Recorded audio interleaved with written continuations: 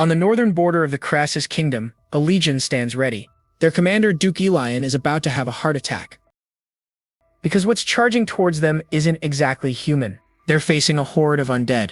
And leading the horde, it's the legendary undead knight, Durian. Yes, like the stinky fruit, and just as unpleasant. Durian is so ridiculously overpowered that even 10 high-ranking knights would just be a light snack for him.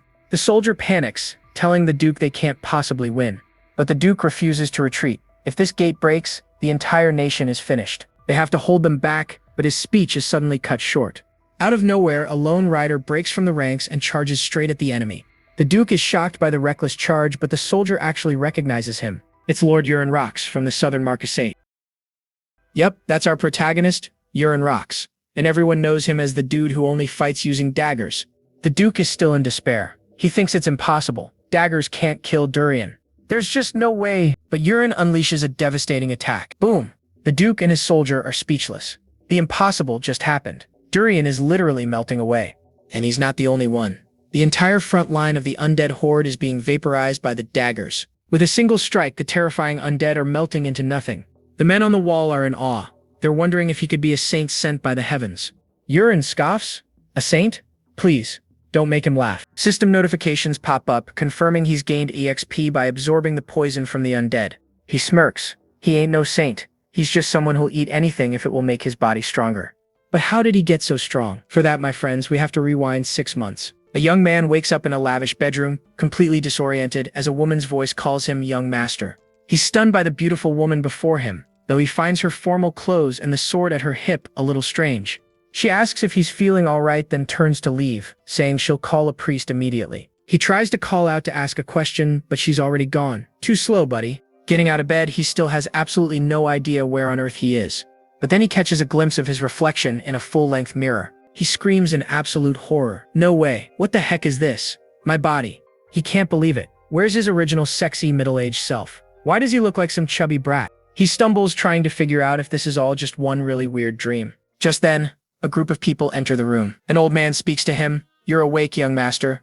An intimidating man with a beard and a fur-lined cape glares down at him as the attendant checks his hand. The man sneers, calling him the disgrace of the household and asking if he's finally decided to wake up. The attendant tries to calm him down, suggesting they save the punishment for later, but the scary man just scoffs. The attendant notes that for someone who fainted, the young master's mind is stable and his injuries have healed. The scary man explodes with rage. A relief? He says it would have been better if he died. Dad of the year, folks. He accuses him of assaulting his own fiancée, calling him a beastly jerk. He points a finger, yelling that at 19 years old, it's about time he finally grew up. He's furious that even his younger brother has opened his aura, while he, the eldest, just gets fatter by the day. Ouch. The word aura rings a bell, and the young man's eyes widen in dawning horror. The man orders him to go apologize to her once he's recovered. He means his fiancée, Ilya, and if she doesn't forgive him, he's totally finished. Finally, he screams his name, Urin, don't disgrace the Rox family any further. The realization hits him like a ton of bricks. He's Urin Rox, which means the scary old man must be, no way. You're the Marquis Wellington Rox? He yells out loud. Uh-oh. The Marquis is furious. How dare this brat call his own father by his name? He delivers a brutal punch straight to Urin's jaw. Pow. Urin is sent flying across the room as the attendants rush to restrain the enraged Marquis. As he lies on the floor, bruised and dazed, he thinks this can't possibly be happening. He loses consciousness, convinced it all has to be a dream. Poor guy. But then he gasps, waking up right back in the same bed. What the heck? Why am I not waking up from this dream? He's thinking. And the same white-haired woman is standing there. He recognizes her now. Arin? Arin turns, her expression placid as she answers, yes? Urin, looking bruised and pathetic, sits up in bed. It really is her. He tries to get his bearings, asking, so, the reason I'm here, is it because I went after Ilya and got beaten up? Arin hesitates, thinking about her reply. But then, she's shocked by his respectful tone. Why are you suddenly being so formal? He quickly gets back on track. Anyway, I got knocked out by Ilya, right? Arin confirms, yes. She clarifies the situation for him. You attacked Lady Ilya here, and she beat you senseless until you fainted. The reality of the situation crashes down on him. Oh, I am so screwed. Sitting on the edge of his bed, it all starts to click. He somehow ended up inside the web novel he wrote. But there's a huge catch. He's not the protagonist. He's the trash side villain who picks a fight with the hero and dies a miserable death. What a terrible role. He completely loses it, grabbing his hair and yelling, this can't be happening, no way. His panic reaches a fever pitch as he screams, "This isn't even a webtoon!" Orin just blinks, completely bewildered by his bizarre outburst. A webtoon? Tears stream down his face as he remembers just who he's become. Urine rocks. To put it simply, the guy is a total scumbag with no talent or skills who leeches off his family name. In the story, he loses his fiancée to the protagonist, attacks the hero in a jealous rage, and gets completely beaten down. His pathetic story ends with him dying pitifully in some back alley. The worst kind of ending. He sits on the bed feeling hopeless. How am I supposed to survive? I don't know what abilities this guy even has. But then, a glimmer of hope. Wait, I know about the chances and items the protagonist hasn't found yet. Fired up, he decides he needs to prepare fast and leaps out of bed. He immediately stumbles. Erg, this damn body, so heavy with fat. Orin quickly steadies him, asking if he's all right. He grits his teeth. Not even close. Suddenly, his eyes widen in shock at something only he can see. Eren tells him he should be resting. But he's not even listening. He's squinting his eyes, trying to get it back. Could it be because I frowned earlier? It works. A holographic status window materializes in front of Eren, who looks on, confused. He's stunned. It's the famous status window. It shows her name, traits, and an affection level of 0. Eren snaps him out of it, asking, "Young master?" He quickly plays it cool. No, I must have gone crazy for a second. He dismisses her, telling her to go take care of her tasks. She obliges with a simple, "Yes, sir." As she walks away, he examines the stats again. Swift sword, huh? Right, Eren was always set up as being stronger than regular knights. But one detail catches his eye. Affection. A big fat 0. What the heck is this? A dating sim, he wonders. He wonders if this feature exists because he mostly played dating sims in his past life. What a nerd. He ponders the bizarre world building. Well, wait, at least the affection isn't negative. Realizing that's not the point, he quickly turns to the mirror. He focuses on his own reflection, determined to see his own status. There it is. His own status window appears and his jaw drops. It lists his name, Urine Rocks, a condition of morbid obesity, a trait Eye of the Creator, a locked skill, and a sync rate of 99.9%. One skill in particular stands out, 4 Heavenly Venom Arts of the Sichuan Tang Clan. Wait a minute, isn't that from that Wuxia webtoon he loved? The one with the hot heroine? He flashes back to reading the webtoon, remembering how hot that heroine was. The poison and hidden weapons style of the Sichuan Tang Clan. Man, this world's lore is a total mashup, but wait. A sinister grin spreads across his face as an idea begins to form. This could actually be his ticket to survival. You see, folks, the Sichuan Tang Clan was a legendary family straight out of a Chinese wuxia novel. And get this, their whole deal is deadly poisons and silent assassinations using hidden, toxin-laced weapons. Urin's now staring at his stats. Severely obese with a locked skill and a sync rate of 99.9%. Urine is completely baffled. He's like, why is the Sichuan Tang Clan here since this is supposed to be a medieval fantasy world? My guy, that's what we're all thinking. But then a wicked grin spreads across his face. You can just see the gears turning in his head. But what if I could unlock this ability? Meanwhile, in another part of this giant mansion, Urine's dad is still stewing at about how useless his son is when Eren walks in. He asks if his son has woken up yet.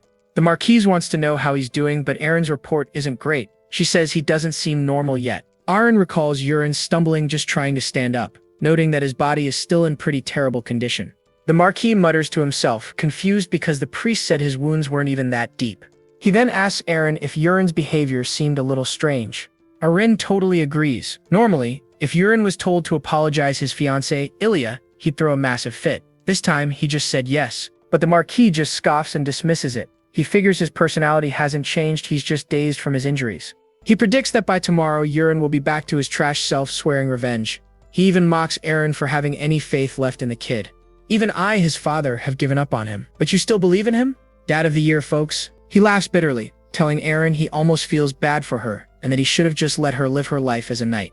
Clutching his head in frustration, the Marquis laments how hard it must have been for Eren to serve his son. Eren tries to protest, but Eren insists, saying that today, the young master felt different somehow. Cut back to Urine's room, where Eren is freaking out. You're gonna do what? Urine declares, I want to exercise a bit. Show me the way to the training hall. Eren is completely floored. You're saying, you want to train? Right now? Urine confirms it nonchalantly, asking if there's a problem. Internally, he's reviewing his stats. His Eye of the Creator trait lets him see them, but he has no idea how to unlock that sweet Sichuan Tang Clan ability. The walk itself is a huge trial. Urine complains that the mansion's garden is the size of several stadiums and he's already exhausted. But he can't go back to working out in his room. His own fat just kept dragging him back to the comfort of his bed. The struggle is real, my friend. As they walk, a pair of servants see them and flinch, quickly bowing before scurrying away like their lives depend on it. Yurin notices something else. His special eye is showing him the affinity of every single servant he bumps into, and the results are not good. He's seeing ratings like dislike, extreme dislike, and even hatred. Ouch. He grimaces. All of them hate me. But he quickly admits to himself that, considering what a jerk the original Yurin was, he can't really blame them. Finally, after a long, exhausting walk, Yurin pants, "Are we there yet?" Yurin calmly replies that they're almost there. Eren explains this is the third training hall, which is usually empty. But as they approach, Eren notices someone's here. Yurin's system immediately goes wild. The affinity reading is a terrifying -91. Killing urge. Yikes. The system identifies the man as Recap Alian, a user of Quicksword level 1. Well, this is going to be fun. The muscular man turns, a sword at his hip, and says sarcastically, "Oh my, isn't this the young master himself?" Yurin stares in shock, his face filled with dread. This guy literally wants to kill him. The panic is real, folks. Recca smirks, his expression absolutely menacing. "What brings you to the training hall?" Yurin points a trembling finger. "Recca Alian?" Recca's smirk just widens. "It's an honor that the young master still remembers me." The sarcasm is just dripping off this guy. Yurin flinches as Recca draws his sword slightly, forcing a nervous smile. "Yeah, of course." He quickly turns and whispers to Eren. "Did something happen between me and that guy?" Yurin whispers frantically. Eren looks at him, confused. "Don't you remember?" Yurin just shakes his head. Eren begins to explain. "Few years ago, when the Marquis forced Yurin to train, he got angry. You called over Recca, who was a trainee knight, and you scarred his face with a sword while laughing. After that, his dad gave up on his training." Yikes.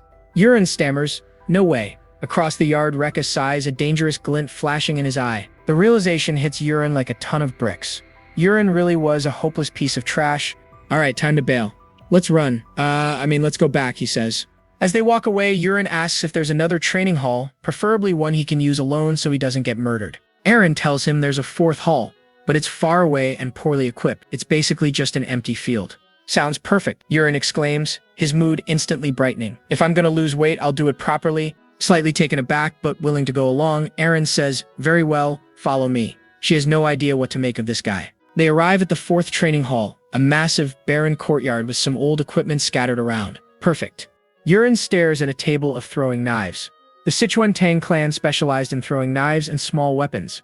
He gets an idea, a determined look on his face as he reaches out and picks up a small dagger. He stands before a distant target, ready to see if he can awaken his hidden potential. Time to unlock the cheat code, guys. He grips the dagger, winds up with all his might, and lets it fly with a powerful shout. The knife sails through the air and clatters uselessly on the ground, miles away from the target. Oof, Yurin sighs in disappointment. "I thought I could unlock it. So much for being a secret assassin." He glances over and sees Eren watching. "I just threw one for fun." He laughs awkwardly, scratching the back of his head. Smooth. Very smooth. Changing the subject, he decides he needs to build basic stamina first and asks Eren for ideas. Eren suggests running laps. "I'll train on my own," Yurin declares, waving Eren off. "So you train however you like, Eren." Eren just watches, surprised, as Yurin actually starts running. What is happening? She can't believe it. Yurin actually came to the training grounds and started working out. This is a historical moment, folks. Back in his office, Marquis Rox stares out the window. He knows about Yurin's strange behavior but remains skeptical. Strange? How long will that last, though? And just like that, 3 weeks fly by. The training montage is complete. In his office, Marquis Rox reflects on his son's progress. At 3 straight weeks, Yurin hasn't missed a single training session. He's noticed the change. Yurin has lost a significant amount of weight, and his entire appearance has transformed. The Marquis smiles. As expected of my son, he muses that, without all the fat, his son is actually quite handsome. Oh, so now you're proud of him. Could it be? Has his troublesome son finally matured? We'll see about that. Meanwhile, back in his room, Yurin examines his new physique in the mirror. He lets out a sigh. Sure, he's slimmed down a lot, but the Sichuan Tang clan trait still refuses to unlock. The grind continues. He decides to give it 1 more month. If it doesn't work, he'll just have to hijack a fateful encounter meant for the original protagonist. Just then, Eren enters the room. "Young master, I've brought dinner." Yurin turns, thanking her. A system window describes the meal, Chirin soup, a nutritious stamina dish for burning fat and building muscle. Yummy. Yurin's face scrunches in disgust. Chirin soup again? Eren watches him coolly. "Are you tired of it?" He snaps back. "Of course I am. I've been eating nothing but this for 3 weeks straight." Eren's tone turns sharp. "What is it that you truly want? Is it just to lose weight, or to become a knight?" Yurin stands his ground. "Of course I want to be a knight." She coldly tells him that in this territory, even the mighty Marquis eats churrian soup after training. She leans in, her voice rising. So you young master should stop complaining and eat your churrian soup. Defeated, Yurin can only agree. Okay, fine, he knows who's boss. As he eats, he grumbles to himself about this outdated boomer custom. Still, he admits it has helped him lose weight, so he'll just put up with it for now. He takes a spoonful, and as he swallows, he notices something. Wait, what's this? Today's churrian soup tastes subtly different. This can't be good. Suddenly, a system notice flashes before his eyes. Uh-oh, a pop-up ad. You have ingested poison. He stares in disbelief. What the? But another notification immediately follows. You have satisfied the unlock condition for Sichuan Tang clan. It's finally happened. The Sichuan Tang clan trait has been unlocked, and all it took was a little bit of poison. Unbelievable. Alright, let's jump back a bit to when Marquis Wellington Rocks was admiring his son from the window. That's my boy, alright? He chuckles. He can't help but notice Yurin's glow up. The kid finally dropped the baby fat and actually looks kinda handsome now. The Marquis has a moment of hope, wondering to himself, could it be? Has my useless son finally grown up? But just as he's getting sentimental, there's a knock at the door. Come in, he calls out. A woman enters carrying a tea tray. It's his wifey, bringing him some tea. This, my friends, is his second wife, Kana. As she sets down the tea, she sweetly asks what he was staring at so intensely. The Marquis tries to play it cool, claiming he was just admiring the garden. He even throws in a compliment about what a great job she's done with it. Very smooth. Suddenly, Kana turns on the charm, asking when he'll make her son, Colin, the heir like he promised. She leans in, saying since it's already decided, he might as well just get it over with. But today is a little bit different. Kana, that might take a little more time, he declares. Kana's eyes go wide. You can practically hear the record scratch. What? She snaps, completely losing her cool. You said you'd name Colin the heir this month. He tells her that things have changed. Yurin, the actual firstborn son, has finally pulled his head out of his behind. With a sickeningly sweet smile, she says she's just so relieved Yurin is doing better. The Marquis just laughs, saying all it took was getting rocked by his fiancée to finally wake the boy up. Can't argue with results. But Kina's creepy smile is back, so then she pushes, what about the successor? The Marquis says he's going to wait a bit. He wants to see if this change is for real or just a phase. But he makes her a promise. If Yurin slips back into his old useless ways, Colin becomes the heir immediately. Kana accepts this for now, says she's off to bed and makes her exit. The second she's out of sight though, the mask comes off, she's practically vibrating with rage. Meanwhile, Yurin's just trying to enjoy a meal when a system notification pops up. A locked trait, Sichuan Tang family, has been unlocked. He lets out a groan. The Sichuan Tang family are masters of poison, and the unlock condition was to ingest poison. What kind of game mechanic is that? He freezes as the pieces click into place. A system window appears, giving him a description of the soup he was just eating. He spots a tiny icon and realizes he can scroll through the item description just by looking at it. Now that's a cool user interface. The database updates, revealing a secret ingredient. Hanyang herb, a mild toxin that causes paralysis and death over time. Yikes. He's just staring off into space, processing this, when Aaron snaps him out of it. Young master, are you not going to eat? Startled, Yurin immediately starts shoveling the poisoned soup into his mouth to act natural. He pauses mid-chew. Who would poison him? In the original story, Yurin didn't die by poison. Something he did must have changed the timeline somehow. Ah, now he remembers. The second son, Colin, was supposed to be named the new heir by now, but that hasn't happened yet. Could it be because of his sudden and dramatic weight loss? If that's the case, then the poisoner is almost definitely his dear old stepmom. With a look of pure determination, he finishes the soup. And what do you know? Another notification. Weak paralysis poison unlock condition met. He turns to a very confused Aaron and gives a dramatic thumbs up. I finished it all. It was so good I could cry. Yurin then dismisses her, saying he needs some alone time. Aaron just bows and wishes him a good night, probably questioning his sanity. The second the door closes, the goofy act vanishes. His face goes cold. All right, Sichuan Tang, show yourself. A status window appears, showing off his new trait. He's got to admit the interface is pretty slick. He discovers that if he stares at the menu, it can expand, revealing a whole skill tree. Poison, hidden weapons, and martial arts. The holy trinity of martial arts. Naturally, he checks the poison tree first. It's a huge list of skills, but of course, everything is locked. He scrolls all the way down to the bottom and finds the final skill, level 30, Invisible Ultimate. Sounds OP. He realizes it's a level-up system, and to unlock even the most basic poison, he needs to learn an inner techniques first. That makes sense. He hops over to the martial arts section to pick his starting move. He's given 3 options, but a big warning says he can only pick one. Talk about a crucial decision. As a wuxia fan, the choice is obvious. Dark Poison Arts is for poison specialists, and Thunder Needle Arts is for weapon masters, but 10,000 Venom's Divine Energy lets you master both. Why specialize when you can have it all? He gets that classic greedy protagonist grin. The more, the better. The system confirms his choice without judging. Suddenly, a golden light surrounds him. The entire technique is downloaded directly into his brain. Now that's what I call a cheat code. He's super excited and decides to try out his new power right away. He rips his shirt off, sits cross-legged, and immediately a golden aura starts glowing around him as he meditates. As he meditates, Yurin feels a strange energy flowing through his entire body. And he figures it out instantly. He thinks, this must be chi. Following the instructions now hardwired into his brain, he guides the energy to his danshin to start building up his power level. The night passes in a blur, and soon the sun is rising over the estate. The grind never stops. Inside his room, Yurin is still sitting on his bed, his all-night meditation session finally complete. He opens his eyes, feeling amazing. He realizes the martial arts novels were right. You really can just train all night instead of sleeping. It's all real. And even better, he's not even a little bit tired.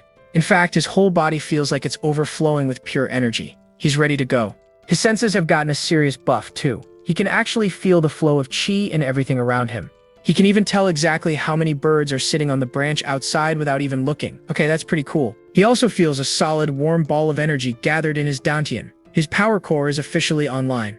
With a grin, he decides to check his stats, circulating some chi to his head to bring up the menu. The status window appears, showing his 10,000 Venom's Divine Energy is now at 1 star. Nice. Suddenly, his new spidey sense tingles. He feels a familiar aura just outside his door. The door creaks open and Aaron peeks in. Young master, I came to wake you up.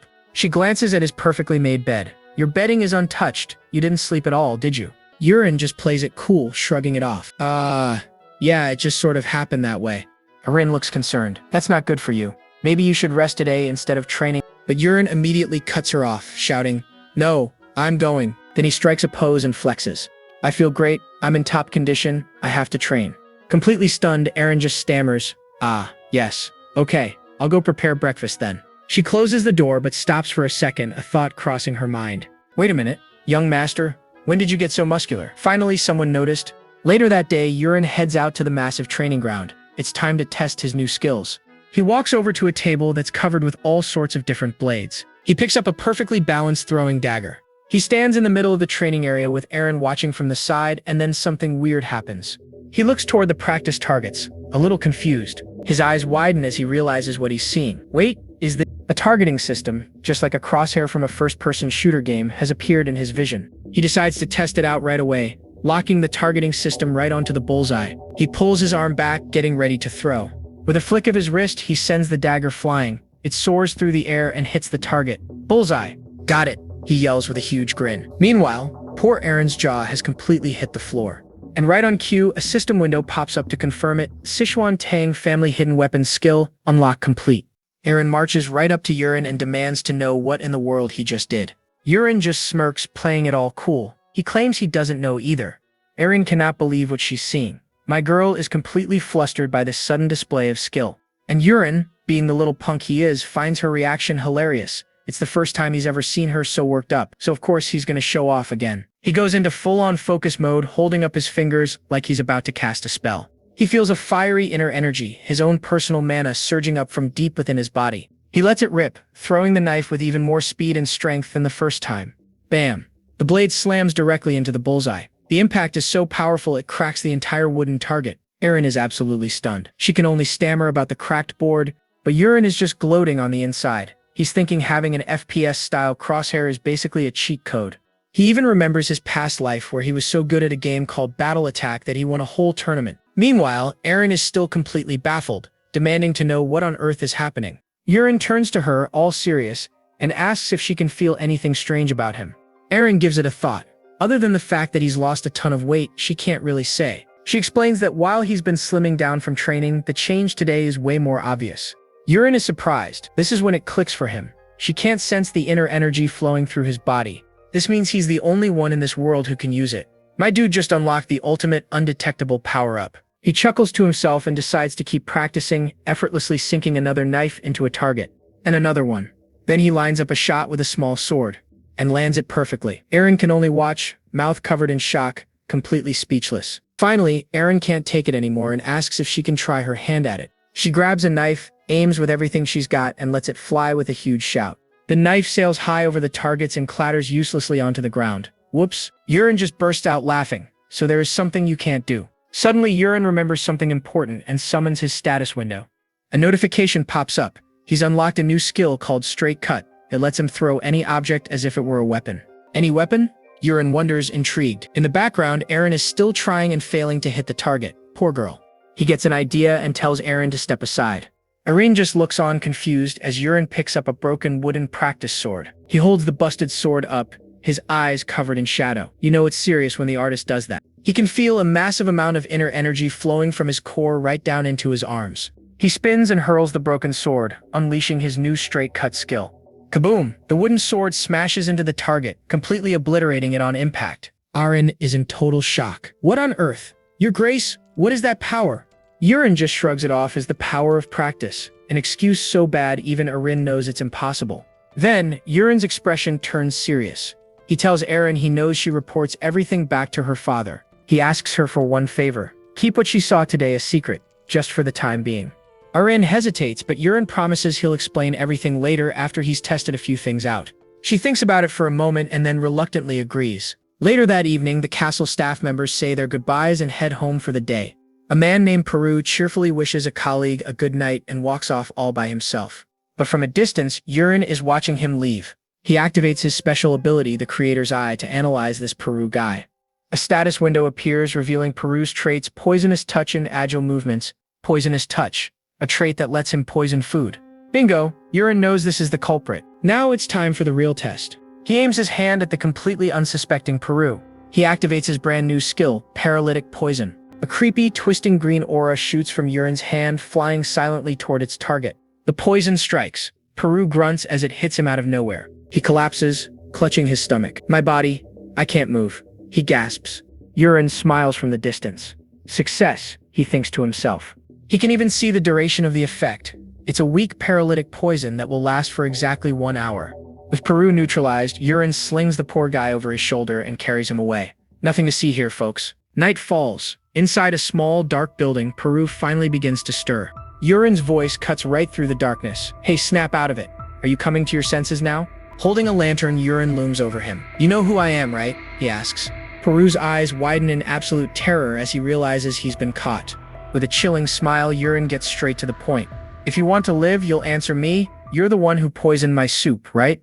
In a dark storeroom, a man named Peru gets a very, very rude awakening. Our hero has some questions and lays down the rules for a little game. Blink once if it's correct and twice if it's wrong. Simple enough, right? Peru gives a single blink. Okay, good. He understands. Let's get this interrogation started. First question, and it's a big one. The one who poisoned my soup, it was you, wasn't it? And bam. A single damning blink confirms it. We got him, folks. He presses on, asking about the specific poison used. It was Hanyang herb, wasn't it? Another single blink. Correct again. This kid knows his stuff. Alright, next question, and this is where the plot thickens.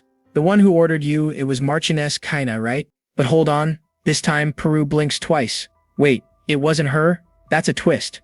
Our boy is not buying it. He whips out a dagger, telling him it would be best not to lie. This guy's got issues. He presses the blade to Peru's throat, warning him that lies will earn his throat a nice little cut. He asks again, much more intensely this time, was it Madame Kaina? Peru hesitates for a moment, then blinks twice again. He's sticking to his story. Definitely not her. The interrogator seems to believe him this time. If it's not Kaina, then who the heck could it be? He decides to put a pin in that mystery and pulls out a glowing white ball. Here, eat this. He shoves the ball into Peru's mouth, calling it paralytic poison. Peru gags as he swallows it down. The threat is simple and terrifying. From now on, you have exactly 1 month left to live. Without the antidote, all his internal organs will melt. Lovely. From now on, he's just another pawn on the board. Our psycho hero asks if he understands, a sinister smile plastered on his face. Peru is completely paralyzed with fear. He places a hand on Peru's head and suddenly a system window pops up. Weak paralytic poison has been released. With the paralysis gone, Peru can speak again. So he asks one more time, who ordered you to poison me? Finally, Peru cracks, revealing the true culprit. It was Knight Captain Karox Livingstone. Apparently, Karox, who is Kaina's older brother, ordered him to make the young master's death look like an illness. So Kaina isn't the final boss, but her brother is her accomplice. Interesting. With that sorted, he hands Peru a piece of paper. Peru is shocked to see it's a shopping list for more poisons. The young master knows Peru can get these from the black market. The order? Gather every one of those poisons and bring them to me. And the deadline is tomorrow night. No pressure or anything. Peru dares to ask why but gets shut down immediately. Did I give you permission to ask questions? Ouch. Terrified, Peru agrees and is quickly told to get out. But there's one last, bizarre order. From now on, my soup must always be loaded with plenty of hanyang herb. Got it? Yeah. Peru is just as baffled by that command as we are. Back in his room, the young master is ecstatic. The bluff worked perfectly. Turns out that so-called paralytic poison was just a harmless ball of dried leaves. My man bluffed a guy with a tea bag. But now it's time to get serious. He has to master his clan's martial arts because a terrifying event he wrote into this world is coming soon. Later, Peru returns as ordered, carrying the poisonous herbs he managed to find. The young master inspects the herbs, easily identifying each one hanyang herb, yekrapa, and wooden vein leaf. Peru is stunned by his knowledge. How does he know about such rare poisons? It's no big deal for our guy who can see all their attributes in his status window. The ultimate cheat sheet. He asks a pretty smart question. Why did Peru carry multiple poisons if one was enough to do the job? And we get a little science lesson. Peru explains that combining poisons can make them stronger and bypass resistance. So that's how it works. Intrigued, he asks Peru where he learned all this poison stuff. And here comes the tragic backstory. Sold to the Living Tame family at age 8, he was trained by a poison master. There were 20 other kids in the program, but they all died. He was the only one to survive. Yikes. Our hero figures Peru must have a special poison affinity trait. Seeing the man's resentment, he realizes he's found a very useful tool. Pleased with his new pawn, he dismisses Peru for the night. Good job, buddy. Now that he's alone, it's time to begin. A status window displays his skill, 10,000 Venom's Divine Energy. He picks up the poisonous herbs and just starts eating them raw. What a maniac. System alerts flood his vision, confirming he's absorbed the poisons. Gritting his teeth, Urine channels the raw energy of the poisons through his body. He's pushing through the pain with one single goal in mind. Let's level up to stage 2. He meditates through the entire night, and as the sun rises, a new day begins. The next morning, his attendant Erin knocks and comes in to wake him up. But when she opens the door, she is completely stunned by what she sees. The young master is absolutely shredded. Erin cannot believe his eyes. What in the world happened overnight? And it's not just a physical change. A system alert confirms it. 10,000 Venom's Divine Energy has advanced to stage 2. He's also acquired a new martial art, the very cool-sounding Little Dragon's Step. To top it all off, he's unlocked 3 new poison techniques: Delayed Toxin, Truth Serum, and Soul-Killing Smoke. What a haul! Urine opens his eyes, a smug smile spreading across his face. The power-up was a massive success. Erin walks in, looking for the young master, but stops dead in her tracks. What in the world is happening here? But before she can even wrap her head around the scene, a smell hits her. A smell so foul it could gag a maggot. She gags, covering her nose as this purple, stinky aura literally radiates off of our boy Urine. My friend, this is biological warfare. Urine just scratches his head like nothing's wrong, while poor Erin is turning a lovely shade of pea green. But Urine is chuckling. It's the classic cultivation trope. When you level up, your body expels all its impurities, and apparently, all of its smells too. He then has the audacity to ask Erin if he should open a window. You know, to share the love with the rest of the estate. Erin screams, absolutely horrified. She begs Urine not to unleash that unholy terror upon the world. She orders Urine to the bath. Not a suggestion, an order. A bit later, a freshly scrubbed Urine is walking with a very stoic Erin. You can tell she's still traumatized. Urine can't help himself though. He lets out a satisfied little chuckle. He's feeling good about himself. And why wouldn't he? A system window pops up showing his brand new skill, Soryong's footwork. Level 1, baby.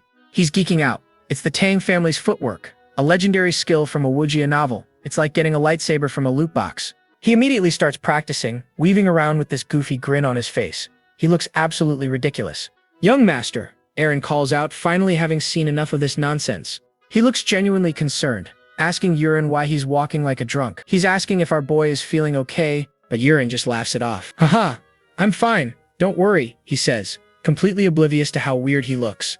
He goes right back to his wobbly practice, leaving poor Erin to sigh. The things this butler has to put up with. But Erin is persistent. He's a good butler after all. He asks again, are you really okay? He reminds Urine they're heading to Training Hall 1, which is full of actual knights. You know, people who don't walk like they've had 10 drinks? Urine just smiles, radiating that main character confidence. I told you it's fine. He claims he just wants to see how the other knights train. Suyer you do, buddy. We all know you're up to something. As they get closer to the hall, you can hear the sounds of pure effort echoing out. Grunts and yells fill the air. Inside, knights are going hard, swinging heavy practice swords. This is some serious grinding. Suddenly, two of them stop dead. They notice someone at the gate. "Who's that?" one of them asks. They recognize Aaron, the butler to the great young lord. No surprise there. But who is the absolute unit walking behind him? My friend the artist gave this man the full K-pop glow-up treatment, complete with flowers. The knights are just floored. Their jaws are on the ground. They've never seen such a handsome guy in the entire household. The whispers start immediately. Could that really be the young lord? No way. Just a month ago, the guy was built like a refrigerator. Yurin just smirks. Oh, these poor, clueless NPCs have no idea what's going on. Thanks to his new power-up, he can hear every single word they're saying. Aaron points out one guy training by himself. He looks like a trainee really putting in the work. She notes the kid's form is pretty good. He'll probably make junior knight soon. Aaron explains the guy is practicing the basic family sword stances, but that's when it hits Yurin. That kid has cried. A main character from the novel Yurin himself wrote. He's a future ally of the original protagonist. Yurin never wrote about Cried's backstory. And to think he was here the whole time, how fascinating. He files that little nugget of information away. You can see the gears turning in his head. This is definitely a future opportunity. Anyway, back to the present. His eyes land on a group of 3 knights who are giving him some seriously nasty looks. A system window pops up, and yep, their affection levels are in the toilet. We've got hostile, murderous intent, and disgust. A lovely bunch. Yurin's lips curl into a wicked smile. You guys, he thinks, are going to be my new test subjects. First up on the chopping block is Prolonged Poison LV1, and the lucky winner is the guy with the mohawk. Yurin whispers, "Activate. Prolonged Poison." The knight just freezes. Huh? And then bam, he drops to his knees, clutching his stomach like he ate some bad tacos. His buddies rush over asking if he needs to use the toilet, but he gasps, "No, that's not it. This is way worse." The other knights are panicking now. "We need to call a priest," they shout. But just as fast as it started, the pain is gone. Poof. The knight looks up completely and utterly bewildered. His friends are furious. They think he's messing with them. "I told you to use the toilet if you needed to," they yell. He swears it was real pain, but they're not buying it. Meanwhile, Yurin and Aaron are just watching the chaos unfold. Yurin decides it's time to up the ante. A mischievous smile spreads across his face. Fine. This time, he activates his next skill, Soul-Killing Smoke. This one causes fear and confusion. Their argument is interrupted by an ominous roar. They're now seeing a massive horned demon towering over them, and he lets out a scream worthy of an opera. Arin is completely baffled. She just watches as all 3 knights suddenly collapse, screaming for their lives. She asks what in the world is wrong with them, but Yurin just laughs quietly. This dude is a menace to society. Each knight is trapped in his own personal nightmare. One sees a dragon, another sees a flaming skeleton. It's a party. The bald knight raises his sword, screaming his head off at an enemy only he can see. This is pure chaos. And then, suddenly, the illusion shatters. He looks around, dazed and confused. What just happened? Now all 3 of them are just standing there, pointing their swords at each other with absolutely no clue what's going on. Yurin smirks. He decides that's enough testing for one day. You know, before they accidentally stab each other for real. "Aaron, let's head back," he says, turning to leave. Aaron is completely caught off guard by this. "Already?" she asks. Yurin glances back at the chaos and says, "It's too noisy here. Let's go to Training Hall 4 instead." Just as they're leaving, a maid comes sprinting across the grounds, looking totally panicked. She's huffing and puffing, trying to tell them that a very important guest has just shown up out of nowhere. After a bit of nervous stammering, she finally spits it out. It is Lady Ilya Marcus. Oh boy. Yurin immediately knows he is in trouble. His terrifying fiancée is here, and poor Aaron looks like she's just seen a ghost. He remembers this exact moment from the game. This is when she first started demanding to break their engagement. Of course, the original Yurin in all his glory just laughed in her face and refused. What a charmer. But our new and improved Yurin just lets out a heavy sigh. Looks like it's up to him to clean up this mess. Meanwhile, inside the mansion, Ilya is stealing her nerves. Today is the day she finally dumps this guy for good. Right on cue, Yurin strolls into the room. She whips around, ready for a fight, but immediately freezes. Her brain just completely short-circuits. She is so flustered that all she can manage to ask is, "Who are you?" Yurin plays it cool, casually reintroducing himself. And folks, Ilya's mind is absolutely blown. She had heard the rumors about his weight loss, sure, but she never imagined it was actually true. How did he pull off this glow-up in less than 2 months? He just says he worked hard. Yeah, okay, buddy. Nobody's buying that lame excuse. He then smoothly explains that after she beat him up, he did some soul-searching. What a move, giving her all the credit. Ilya is immediately suspicious. She thinks he is just trying to pick a fight to get revenge. But then Yurin drops the ultimate bombshell. Bam! He gets down on one knee and she is completely stunned. He thanks her for beating some sense into him and apologizes for literally everything. He even tells her he will accept breaking the engagement. At this point, Ilya's brain has just blue-screened. Looking down at this brand new man, she can only ask the same question again. Who on earth are you? He introduces himself as the former scoundrel and apologizes one more time for good measure. Checkmate. Ilya is just standing there, trying to process what in the world is even happening right now. To be honest, none of this is his fault. The original owner was the scumbag. But he's doing this for one very important reason. See, Ilya has this trait called Sword Queen. She's not just a simple character, she's going to be one of the strongest warriors in the story. So the plan is simple. Even if they break up, he needs to make her an ally. Okay, Ilya tells him to get up, but she is still looking at him with total suspicion. He promises he is serious, but she is not having it. Swear it, she says. Her aura is insane, it's almost suffocating. She leans in and threatens to kill him herself if he ever breaks his word. Wait a minute. Yurin suddenly realizes something is very wrong. That is a line she is supposed to say to the main protagonist, not him. Anyway, he can't breathe, so he activates a skill of his own. 10,000 Poisons Magneto Divine Arts? A powerful blue aura explodes from Yurin, pushing back against hers. Ilya is completely shocked. She cannot believe it. Her pressure, her ultimate move, was just completely nullified. With the pressure gone, Yurin confidently stands and swears his oath with some flowery background. Now look who is stunned and blushing. Ilya turns to leave, warning him that one more mistake means the engagement is off for good. Then she is gone. Yurin is just left standing there, completely dumbfounded. Wait a second, she did not break it off. Later, Ilya sits down with Yurin's father, the Marquis, who asks her what she has decided to do. She confirms that she will not be breaking the engagement, which leaves the Marquis absolutely stunned. He is just as confused as Yurin was and immediately asks her for a reason why. Ilya explains that she was curious if he had returned to the kind boy he used to be. Instead, she found a completely different person. Because of that, she has decided to trust him just this once. Then her eyes narrow and she adds a chilling warning. If he ever goes back to his old ways, she will kill him herself. And the Marquis just bursts out laughing. He absolutely loves her spirit. What a family. Ilya declines his offer to stay. It would be too awkward, since she told her own father she was coming here to end things. She also turns down seeing Yurin again, claiming she does not want to disturb his training before promptly leaving. A little later, Yurin gets a summons to his father's office. The Marquis just stares at his son, looking completely and utterly bewildered. And there it is. The question of the day. Marquis Rox looks his son dead in the eye and asks, "Who are you?" Then he suddenly starts laughing and claps Yurin on the shoulder. "Just a joke. You have really worked hard." He gets serious, asking if Yurin knows why he was summoned. Yurin guesses correctly. "To begin my nightly training." The Marquis is impressed. He announces that it is finally time for Yurin to learn the legendary Rox family swordsmanship. But Yurin cuts him off, saying he has something to discuss.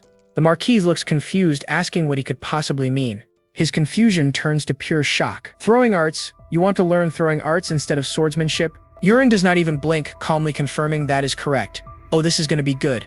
The Marquis absolutely loses it. That is not allowed. He roars, calling it a cheap trick used by common thieves. He goes on a tirade, lecturing Yurin that a crude dagger could not even dent a knight's armor, let alone a monster. Yurin calmly cuts through all the yelling with a simple proposal. "Then let's make a bet." The Marquis is totally caught off guard. With a confident smirk, Yurin lays out the terms. "Let's bet on whether or not I can catch a borak with a dagger." The Marquis is not having it. He just scoffs at his own son. He calls Yurin's persistence nothing but useless stubbornness. He's like, "Listen here, kid. A real warrior needs an aura blade to even scratch a borak. Even if you train for 100 years, your little knife-throwing hobby would be completely useless." But Yurin just flips the script on him. "Well, if I'm so sure to lose, then you should have no problem taking the bet, right?" The Marquis is fuming, but he falls for it. "Fine. I'll use this bet to finally crush that spirit of yours for good." He then demands to know what Yurin is putting on the line for this little stunt.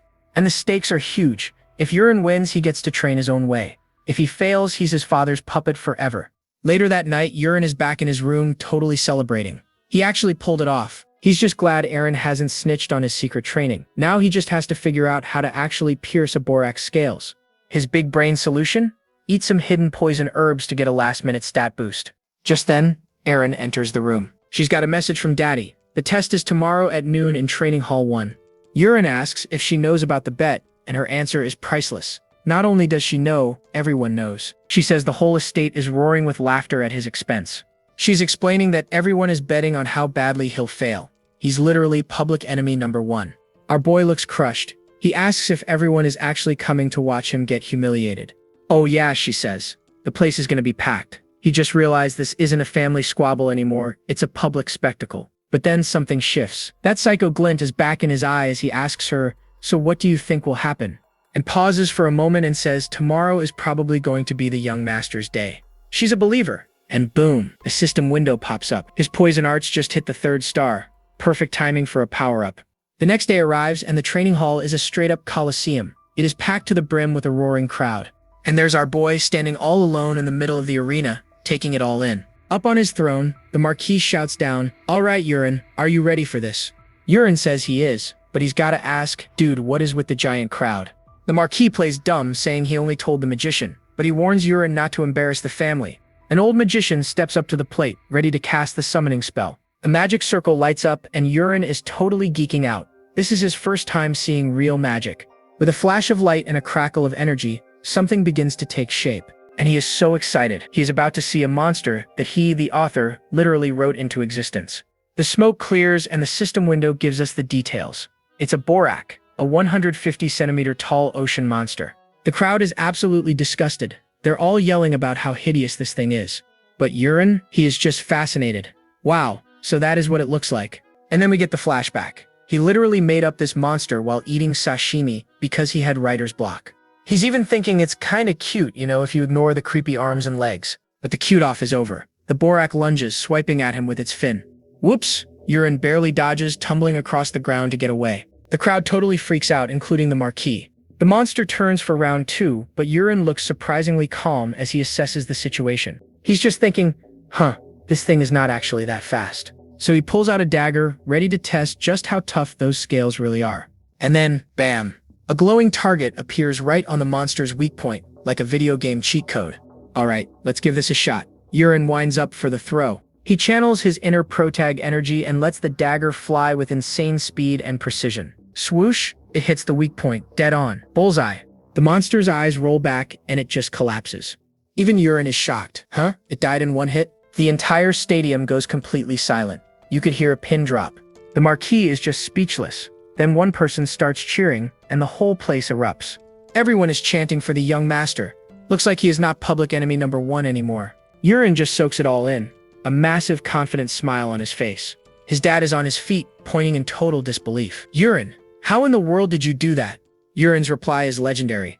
I aimed well and hit the mark. The Marquis looks like he is about to have a stroke, but Dad of the Year refuses to accept it. He's screaming that it is impossible for a borak to die from one little dagger. Yurin hits him with the ultimate comeback. Surely the great Marquis Rox is not about to break a promise, right? Then the magician speaks up. He says the dagger hit the one spot with no scales. The Marquis calls it pure luck, but Yurin is not backing down. Luck, or skill, a bet is a bet. The old man is still trying to get out of it, demanding a do-over. Yurin, completely done with this, says no. Okay, fine. So the Marquis makes another offer. If Yurin wins again, he gets any one wish he wants. The catch? If he loses, it is back to sword training forever. Yurin looks intrigued, and then the Marquis drops the bomb. The next opponent is not a monster, it is a knight. The Marquis lays down the challenge, and Yurin, standing before this massive crowd, just coolly accepts. He's not just accepting, my friend. Our boy sees this as a golden opportunity. He's staring at the Knight Commander Karok's living tame. Yep, the dude who tried to poison him. Is this his chance to wipe the floor with that bastard's smug face? But he's thinking that it's best not to rock the boat for now. He can't have his poison supply disrupted. But the Marquis comes to the rescue. He says a fully fledged knight would probably be too much for Yurin. Instead, he declares that Yurin's opponent will be a training knight. He then asks if that seems fair. A training knight. You can see Yurin's eye literally twitch. Dad smugly asks if Yurin wants to pick a specific knight. Yurin surprises him by immediately calling his shot. I'll go with Cried. Footsteps echo in the arena as a large, muscular man with a great sword strapped to his back jogs into the ring. Cried kneels before the Marquis. Cried, there's something for you to do, the Marquis announces. The big guy eagerly replies, yes, anything for my lord. The Marquis just points towards Yurin. That guy, fix his bad habits. And Yurin just gives a casual, friendly wave to his opponent. Cried is completely stunned, his eyes wide with disbelief. This is not what he signed up for. The Marquis senses his discomfort. What? Can't you do it? Cried snaps to attention. No, I'll do as you command. He turns to face Yurin, drawing his massive sword. Yurin smirks. Don't worry, Cried, I'll throw just 3 daggers. Only 3. If you block all of them, I'll let you win. Furious at his son's arrogance, the Marquis orders Cried, you need to thoroughly discipline him this time. And so the two opponents face each other in the center of the vast arena. From the stands, other knights start heckling Cried. Suddenly, a clear voice cuts through the noise. Young master, good luck. Yurin looks up, surprised to hear a woman's voice. He's overcome with emotion, and he actually starts drooling. My guy has never been cheered on like this before. He snaps out of it and turns to Cried. I'm ready, he declares. Cried confirms he is too. Yurin deftly spins a dagger between his fingers, a confident smirk on his face. But when he focuses on Cried, his system vision activates, revealing glowing targets all over the knight's body. Way more than there were on the Borak. He starts to sweat. Does this mean striking any of those points can kill him? But he can't kill him, he thinks as he throws his dagger. So he'll just throw it straight. The dagger flies forward in a blur of blue and white energy. Cried raises his great sword to block it. The impact is immense. Bam! Cried grunts as the dagger slams into his blade with incredible force. The force sends Cried sliding backwards several feet through the air before he even lands. The crowd is stunned. What was that sound just now? One man asks. Another mutters. It sounded like a cannon. The Marquis stares, speechless and sweating as the tiny dagger clatters to the ground. He picks up the small blade, utterly baffled. Seriously, how can an ordinary dagger have that kind of power? Across the arena, Cried pants heavily, his massive sword trembling in his hands from the sheer force of that one blow. Yurin smirks. Did that loosen you up a bit? You understand you can't let your guard down, right? He pulls out a second dagger. Get ready. This time, I'll throw with full power. Cried braces himself, his body glowing red. Yurin thinks he's a main character level fighter. He won't die from this. Here I go. Yurin dashes forward, building momentum before unleashing the second dagger. The dagger shoots out like a missile, a direct shot of pure blue energy. Cried just manages to get his sword in front of him. The dagger slams into the greatsword, and with a deafening crack, the massive blade shatters into a million pieces. The crowd and the Marquis can only stare in utter shock at the unbelievable outcome. As the dust settles, Yurin stands victorious. Across from him, Cried is on one knee, panting and trembling, his greatsword destroyed. His hand, covered in scrapes and dirt, drops the broken blade. The Marquis watches, completely at a loss for words. The Marquis steps forward. Yurin, let's have a private talk. But Yurin isn't finished. The bet isn't over yet. Yurin reminds him, there's still one more dagger left. The Marquis recoils in absolute shock. As his father yells for him to stop, Yurin ignores him and turns to the kneeling Cried. Cried, lift your head, Yurin commands. Cried looks up, confused. Yurin presses him. Will you end it like this? Will a future knight accept such a half-hearted result? Cried stammers, unable to answer. Yurin continues, whether defeat or victory, finishing the battle is what makes a knight. With intense eyes, Yurin asks him again, Cried, will you give up like this? After a moment of hesitation, Cried finds his voice. Please give me a new sword. A powerful blue aura suddenly erupts from Cried's body. I, Cried, will not retreat like this, he roars. The crowd gasps. The Marquis can't believe his eyes. A training knight just now awakened his aura. Yurin smirks. It's just as he predicted. Cried's berserker's trait has manifested now that he's reached his limit. And Yurin is thrilled. Perfect. Now he can finally test out his advanced techniques. With his aura awakened, Cried is a completely different beast now, radiating raw power. He stares down Yurin with pure determination. Young master, please throw. The Marquis is losing his mind. An aura of this level is on par with a senior knight. He wonders how Yurin will handle this. But our boy just smirks. Good. Yurin pulls out another dagger, getting ready for the grand finale. He shouts, this time, and whips his arm back with a confident grin. Then he unleashes it. His secret technique, Curved Mountain. Cried just stares, completely baffled. What kind of trick is this? Thinking Yurin is just mocking him, he roars, are you playing around right now? And swings his sword. But just as his blade cuts through the air, the daggers elegantly swerve right around it. Cried and the Knight Commander can't believe their eyes. No, bam. One of the daggers changes its path and slams directly into Cried's shoulder. It wasn't a random hit, either. It precisely strikes a vital pressure point. Cried's face twists in pure agony. The pain is so bad he's literally drooling. He collapses to his knees, his massive sword clattering to the ground. The crowd doesn't get it. They think the throw was too slow. Even the Marquis is mad. Cried, stop exaggerating. Are you going easy on him? Oh, if only they knew. Yurin knows better. He accidentally put way too much internal energy into that throw. The pain must be excruciating. His father storms up to him. Yurin, you won the bet. We will talk later. And just like that, everything went according to plan. Look at that sly, satisfied smile. Meanwhile, Cried is still on the ground, groaning like he's about to pass out. Suddenly, a hand rests on his shoulder. It's Yurin. Wait a moment, Cried. Internal energy absorption. Cried's eyes shoot open. Oh, the pain. It's gone. He immediately bows to Yurin. Young master, thank you. Yurin just waves it off like it's no big deal. Then Cried starts apologizing. He admits he thought Yurin was just looking down on him. But now he sees it was a divine technique. Yurin must have been hiding his true power all along. He leans in and whispers, "Is some secret organization targeting the Marquis and his family? Is that why you've been hiding your power?" And it hits Yurin. Oh yeah. He wrote this character to be a massive conspiracy theorist. With stars in his eyes, Cried is now Yurin's #1 fan. "Young master, when you fight these secret organizations, just say the word. I'm with you." Yurin is floored. A system window pops up. Cried's affection is now at 26, firmly in the favorable range. Yurin just smiles awkwardly and decides to play along. Man berserkers are simple, and he loves it. As Yurin walks away, Cried starts preaching to the crowd about how the young master was never a scoundrel. Getting close to a future powerhouse like Cried is a pretty solid move. As he leaves the arena, Aaron approaches holding a towel for him. "You worked hard," she says, her face as neutral as ever.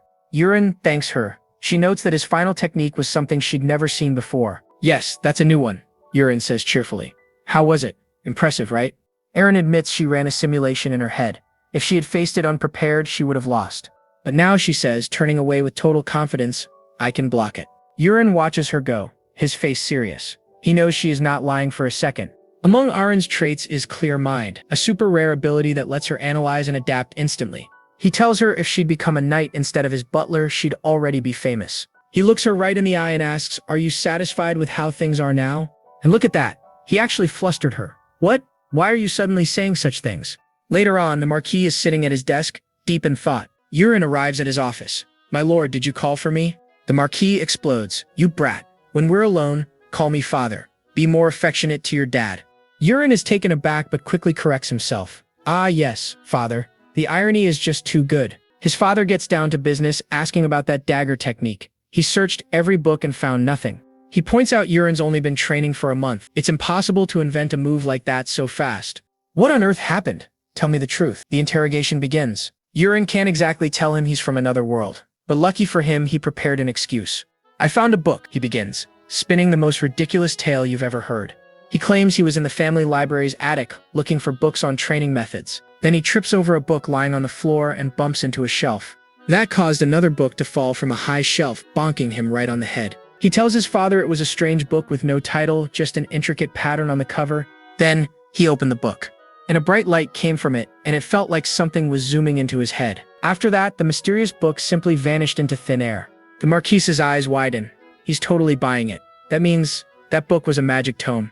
Yurin lets out a small, satisfied smile. His ridiculous story is working perfectly. Of course he knows what a magic tome is. My friend, he's the one who wrote them into the story. The Marquis paces around, mumbling that the family library is so vast it's totally plausible. He turns back to Yurin, practically sweating with relief. "Finding that book was great luck for you." Yurin laughs cheerfully, hitting his dad with a finger gun. "Let's just say I hit the jackpot." Convinced, the Marquis stands up. "Right, a promise is a promise, so I won't tell you to learn swordsmanship anymore." He stops, turning back with a serious look. "And according to our other promise, tell me what you want." He takes a deep breath and drops the bombshell. "Father, I want the position of heir." The Marquis freezes, his face a perfect specimen of a shocked Pikachu face. "But wait, there's more. If that was my wish, you wouldn't grant it, am I right?" He gets all flustered, puffing out his chest. "It is my authority, so of course I will grant it." But look at Yurin's smug little face. He just points out how sweaty his dad suddenly looks. Yeah, if he became heir, it would cause chaos in the family. And yep, the Marquis flinches. He is already picturing his wife's terrifying face. Yurin, seeing he has him on the ropes, offers a compromise. Dad is practically begging for it. The Marquis lets out a nervous laugh, so grateful for the offer. But our boy Yurin is just playing him. Become the heir? Yeah, nah. That job means being stuck with Dad 24/7, drowning in boring lessons. No thanks. He would much rather be grinding on his Sichuan Tang skills and traveling the world. So the Marquis asks for the new wish. And Yurin's got one ready. He wants to create his very own personal knight order. Okay, now Dad is listening. He wants 2 starting members, his butler, Aaron, and Cried. The Marquis thinks it over. Hey, this is way easier than dealing with his wife. Plus, he agrees that Aaron's talent is completely wasted as a simple butler. He declares it done. And Yurin gives a respectful bow. But wait, new problem. If Aaron is a knight now, who is going to be Yurin's butler? Yurin has already got a guy in mind. Some dude named Peru from the kitchen. And he asks his dad to make it look like a coincidence. Just a random promotion, you know? The Marquis is totally lost, but Yurin just says he will explain everything later. Dad is too relieved to argue, and Yurin's plan is a complete success. What a little schemer. And boom, a system window pops up. Dad's affection level is now 74. His dad actually trusts him now. Yay. A bit later, Urine addresses his new recruits. From today, you two belong to my exclusive night order. He tells them to get ready to train hard. Eren and Kryde look sharp in their new armor. Then he introduces the new butler, Peru, who looks like he is about to faint. Eren just stares quietly. She remembers when she asked Urine about him earlier. She wants to know why on earth he picked some random kitchen guy to replace her. And with this totally sheepish grin, Urine just drops it. Oh, he is a spy. Eren's brain just short-circuits. Yep, apparently he was sent by the Knight Commander and Lady Kaina to assassinate him. She is like, so why is he your butler? Well, he now only listens to me, he replies with an evil grin. Back to the present, Kryde has a question for his new young master. Urine tells him to go ahead and spit it out. Kryde says their little two-person squad needs a leader to guide them. You know, a proper senior knight, someone with truly outstanding skills. Then he glances at Eren, calling her small and frail. Big mistake, buddy. Eren is not impressed. But Urine just grins and totally agrees with him. He declares that the stronger knight absolutely should be the senior knight. So right now, you two fight it out. And the fight is over in like 2 seconds. Kryde is flat on his back, completely wrecked. Eren just calmly critiques his simple attack patterns and predictable moves. With a sword at his throat, Kryde sheepishly agrees to take her advice to heart. From the sidelines, Urine makes it official. Eren is the new leader of the Night Order. Applause! He cheers, and everyone claps along. Go, Eren. As the sun sets, Peru says he is off to make dinner and walks away. Urine watches him go, easily sensing his energy from a distance. He decides it is the perfect time to test a new technique, sound transmission, a classic martial arts technique. He focuses and sends a telepathic message that only Peru can hear. The poor guy jumps out of his skin and answers out loud, "Yes, young master." Peru, Peru. Urine keeps calling while the poor butler freaks out. Peru clutches his head in absolute terror. Peru stammers, asking if this is some kind of black magic. Urine just smiles. Black magic? Let's just call it communication magic. And Peru's brain goes into overdrive. The poison immunity? Now this? He thinks Urine is a poison-commanding black magician. Urine is loving this. Well, you can think whatever you want, he says. Changing the subject, he asks if the poison he ordered is finally ready. Peru confirms he got snake mind, a potent venom extracted from 100 different snakes. Casual? Good. Urine grins. Now dump a generous amount of it in my soup tonight. Peru lets out a terrified shriek but immediately runs off to poison his master's dinner. What is this kid's deal? And so, as night falls over the estate, Urine's unique training is about to begin. Sometime later, Urine's eyes snap open, his intense training session finally over. He lets out a slow breath, feeling the effects of that 100 snake venom soup. He checks his stats. Since hitting 3 stars, this grind is taking forever. He gets up, looking out over the estate. He's thinking about the future world crisis he literally wrote into existence. He realizes he has no choice. It is time to leave the nest and get serious. And so Urine marches right up to his dad and declares he's heading out for a while. His dad is a little surprised. It's been a while since his son has even seen the sun. Urine just nods. So, how long will you be gone? His father asks. Meanwhile, Urine is already planning a cross-country road trip in his head. Oh, just a week, he says. Totally not lying through his teeth right now. The Marquis seems fine with that, until he brings up the one thing Urine wanted to avoid, the dreaded escort. Nah, I don't need one. Urine blurts out, completely shocking his poor, overprotective dad. He reminds Urine he is the eldest son of the powerful Rox family, not some random peasant. Urine tries to laugh it off, saying it's just a nearby village. The Marquis goes full-on dad mode. Hey, don't you know how scary the world is? What if you get poisoned or something? The irony is just perfect. My dude literally chugs 100 snake venom for breakfast. Realizing he's not winning this fight, Urine switches to plan B and agrees to take an escort. He tells his dad he'll leave in 2 days, giving him plenty of time to get the guards ready. But of course, back in his room, Urine gets that psycho smirk on his face. He has zero intention of waiting. The plan is simple, he's gonna bounce off secretly tomorrow. First, he needs cash. So he goes to shake down his poor, terrified butler, Peru, for travel funds. He knows Peru has access to cash for buying poison herbs. Urine just hits him with the dead-eyed stare and asks, "You don't want to?" And just like that, Peru folds like a cheap lawn chair, promising to lend him the money immediately. Then Urine remembers something else. He saw Peru use one of those classic fantasy items, a spatial pocket. It's a tiny bag that can hold about a ton of loot. Basically, it's the perfect inventory system for a long journey. Poor Peru looks absolutely defeated as he agrees to hand that over too. Urine grins, happy he won't have to carry a single thing. Smart, but also a total jerk. But before he leaves, Urine has one last little gift for his loyal butler. He hands him a little leafy ball, calling it a dried leaf medicine, totally not fake. He explains that this is a month's worth of antidote for the poison. Then he flashes this charming, totally psychotic smile and tells Peru to keep up the good work. He even promises to give the full antidote in the future, which gives poor, manipulated Peru a glimmer of hope. The next day, bright and early, it's go time. Yurin's great escape is on. He leaves a note on his desk, throws on a cloak, and gets ready to sneak out like a pro. He strolls through the empty courtyard, feeling confident. It's so early, nobody's around. Suddenly, a voice calls out, "Good morning, young master." It's just the gardener, who seems a little surprised to see him up and about so early. Yurin plays it cool, but something about this old guy feels off. This seemingly harmless old man is hiding some hidden power. He's not just some gardener. Yurin activates his special skill, Creator's Eye, to get a better read on the situation. But after a moment, he just shrugs it off and continues on his way, finally leaving the estate behind. He's finally walking through the city, heading toward a massive clock tower in the distance. He looks up in awe. This is it, folks. His first destination, the Magic Tower. Inside, a guy in a robe asks him what he's here for. It's like a fantasy world's customer service desk.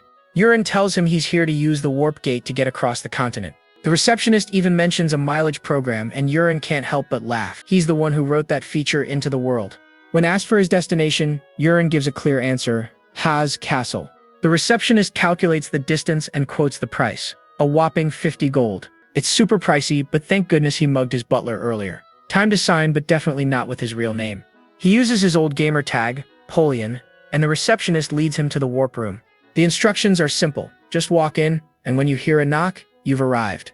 Yurin steps inside and is amazed by the massive glowing magic circle on the floor. A bolt of lightning strikes the tower, and in the very next instant, there's a knock at the door. You've arrived. Please come out. A brand new receptionist cheerfully welcomes him to Haas Castle. That was fast. Yurin is stunned. The teleportation was so smooth he didn't even feel a thing. The receptionist proudly boasts about their 5-star warp experience. Yurin is amazed. He doesn't remember writing this in the novel. Stepping outside, he finally gets a look at his new surroundings. Haas Castle. The city is bustling with people, and the vibe is completely different from back home. It's a whole new world. First thing on the agenda, find the blacksmith alley. He asks a local for directions. He wanders through the narrow, winding streets, searching for the place he wrote about in his novel. But after searching for what feels like forever, he still can't find the unicorn smithy, and it's already getting dark.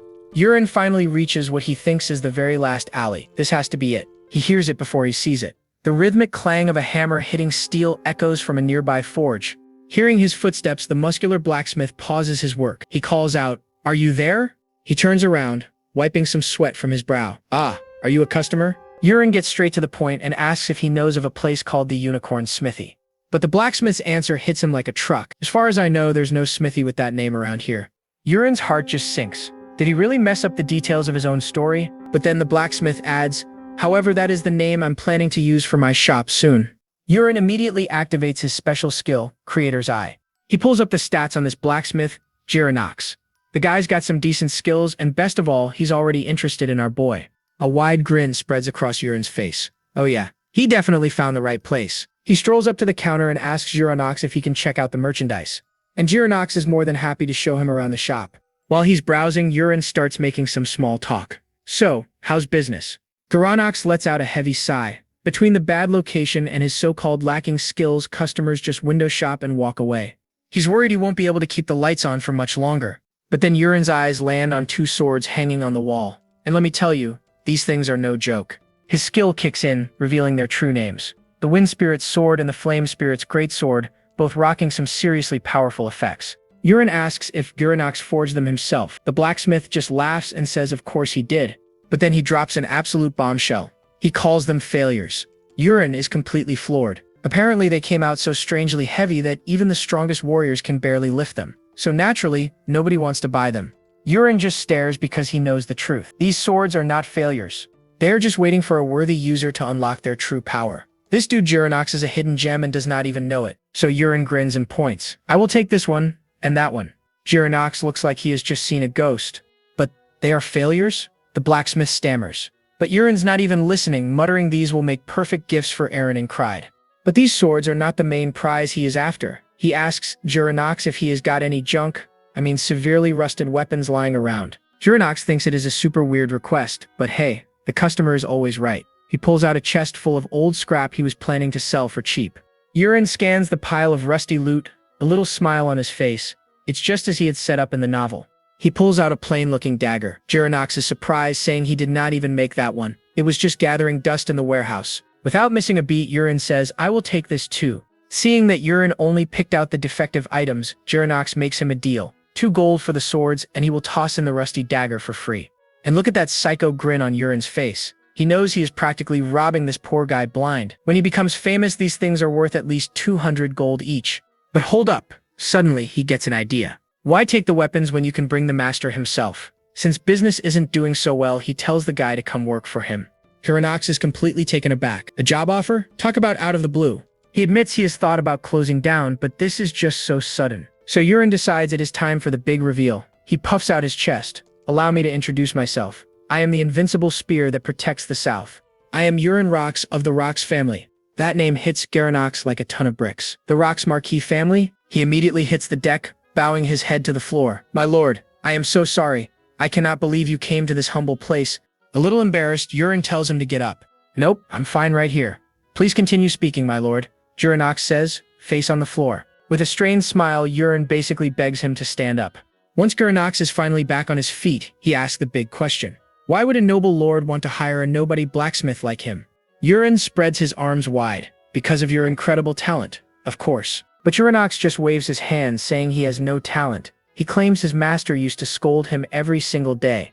Yurin is a bit shocked. He thinks to himself, geez, this guy's master must have been a real tyrant. He says he visited tons of smithies, but Jiranox's weapons have something special. They have care. He points out the meticulous knots on the handles. Jiranox is stunned, admitting that yeah, good knots are important so the weapon does not slip.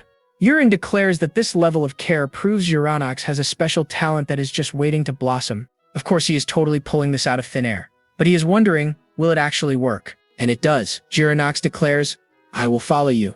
Yurin is one happy camper. Jiranox even adds that Yurin is nothing like the scoundrel he has heard about in the rumors. Yurin just laughs it off, if only he knew.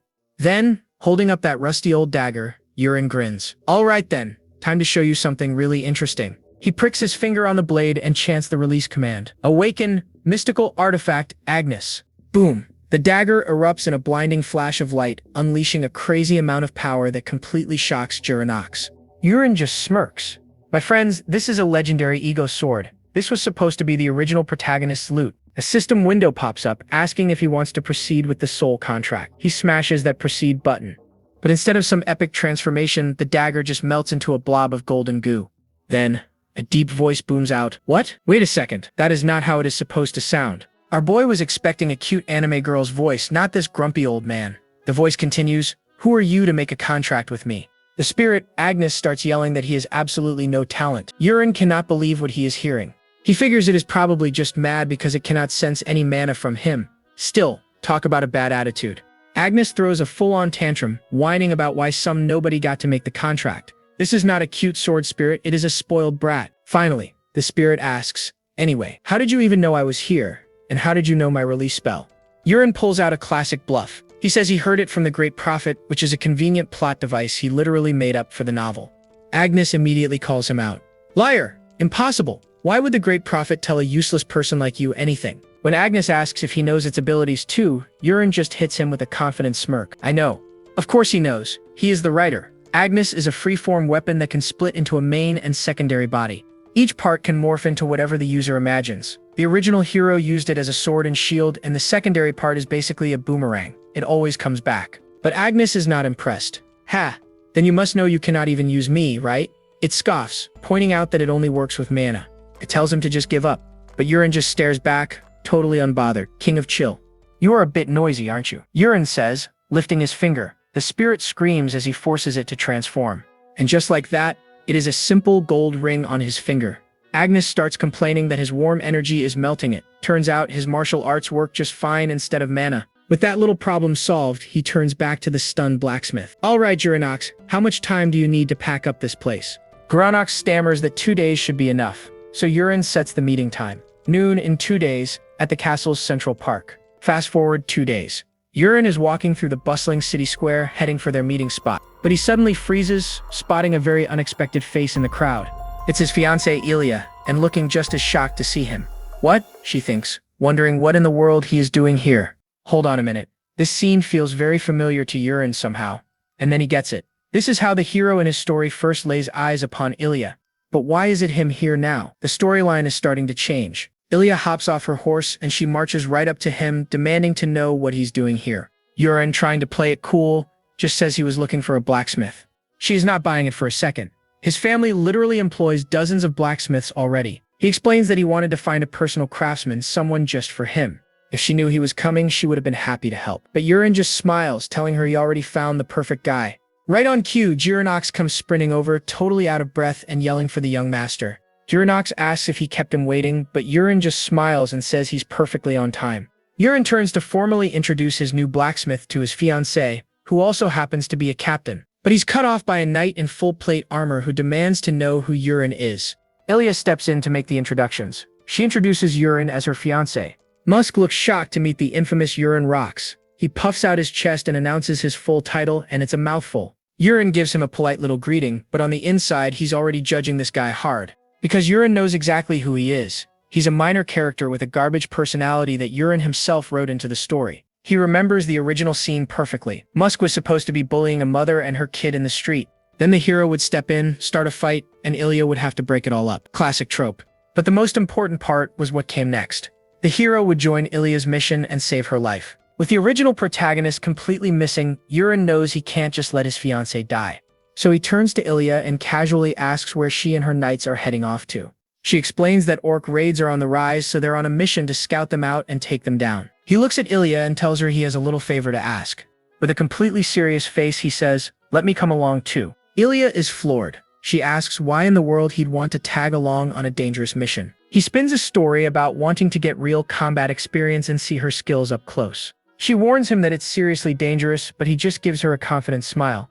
"It's okay, I may look like this, but I'm really good at running away." After a long pause, Ilya finally gives in. She turns to a shocked Musk and tells him to get them a horse.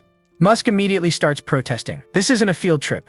They can't afford to babysit. He points out that Yurin and Jiranox have 0 mana, and the knights have no obligation to protect them.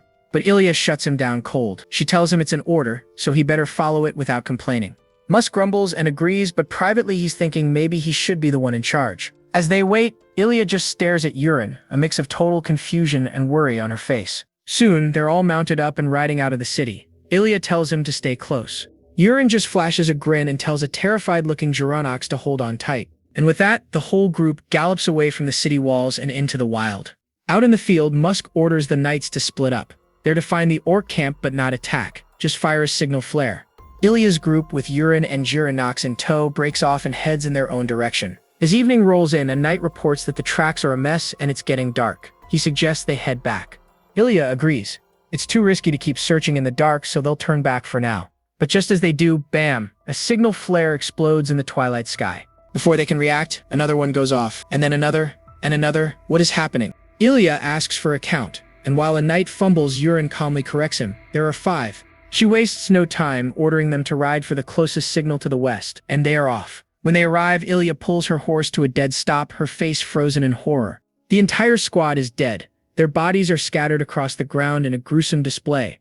One of her knights cries out. He points out that the victim's armor has been melted right off their bodies. Shaking off the horror, Ilya hardens her expression and orders them to the next flare in the south. The group gallops through the snowy terrain, racing against the fading light.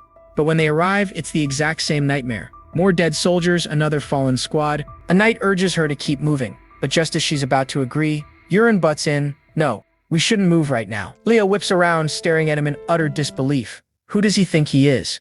He cuts through the chaos and lays out the grim reality. The orcs are picking them off one by one, and their only hope is to regroup.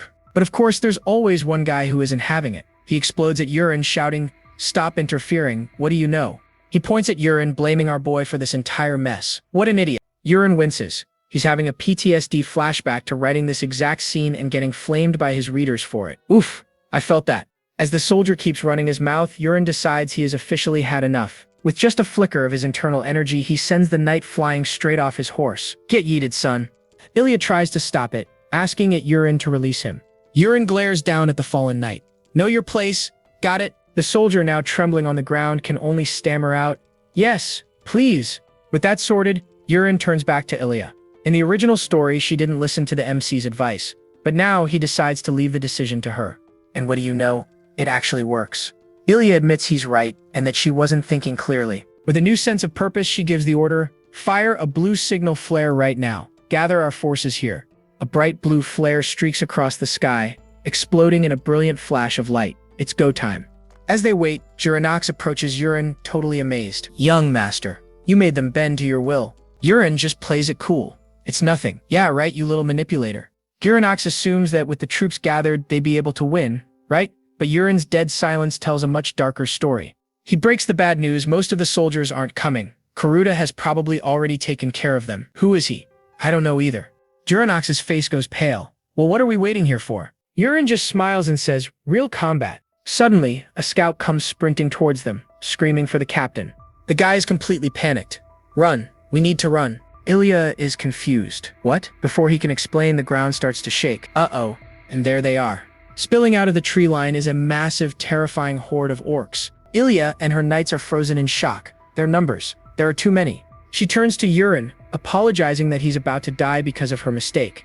But Urin just smiles calmly. It's okay. We won't die here. While Ilya questions his sanity, Urin strides confidently toward the approaching horde like an absolute Chad. Agnes, he calls out, let's try what we practiced these past 2 days. He commands his sword to create black iron bullets. A small metal orb materializes right above his finger. This was a move he unlocked when his poison skill leveled up. It's called Black Iron Explosion. Take this. Urin flicks the orb forward with incredible force. Time for a little field test, I guess. The tiny projectile zips through the air and lands on an orc's axe. The orcs barely have time to register what happened before the orb erupts in a massive fiery explosion. The blast rips through their ranks, sending orc limbs flying everywhere. It's a real party now, folks. Urin stands amidst the carnage, completely calm as he calls the little orb of death back to his hand. He even chuckles to himself, pleased with how perfectly Agnes's return ability syncs with his new skill. It's reusable. The surviving orcs roar in fury and charge again, so Urin just launches another explosive shot right back at them.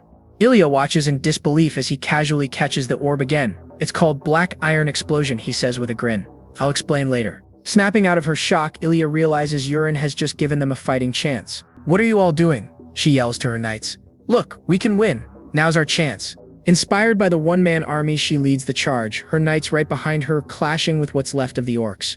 The battle is fierce, with steel ringing and blood flying as the knights finally start earning their pay. Suddenly, a charging orc lets out a surprised grunt as he bumps into something massive. From the shadows, a new challenger enters the arena. Ilya freezes, her eyes wide with terror. What is that ridiculous thing?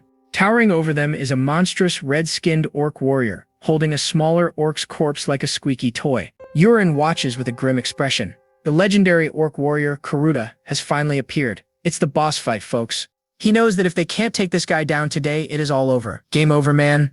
And just like that, Karuta lets out a monstrous roar. Boom! The shockwave alone sends Ilya and her poor knights flying backward. He doesn't even pause for a monologue. The giant orc just swings his massive blade and charges straight in. He then leaps into the air like a freaking rocket, aiming to turn Ilya into a pancake.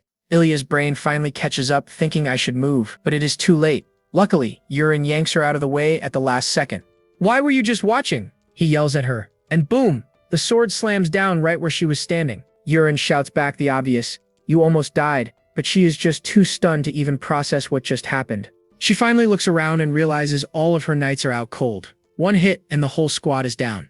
With a small fry dealt with, Karuta turns his gaze to Urin. The boss has found his next target. But Urin doesn't even blink. He just throws his hand forward and yells out his special move, Black Iron Explosion. A little ball of crackling energy zips out and smacks the orc right in the pecs.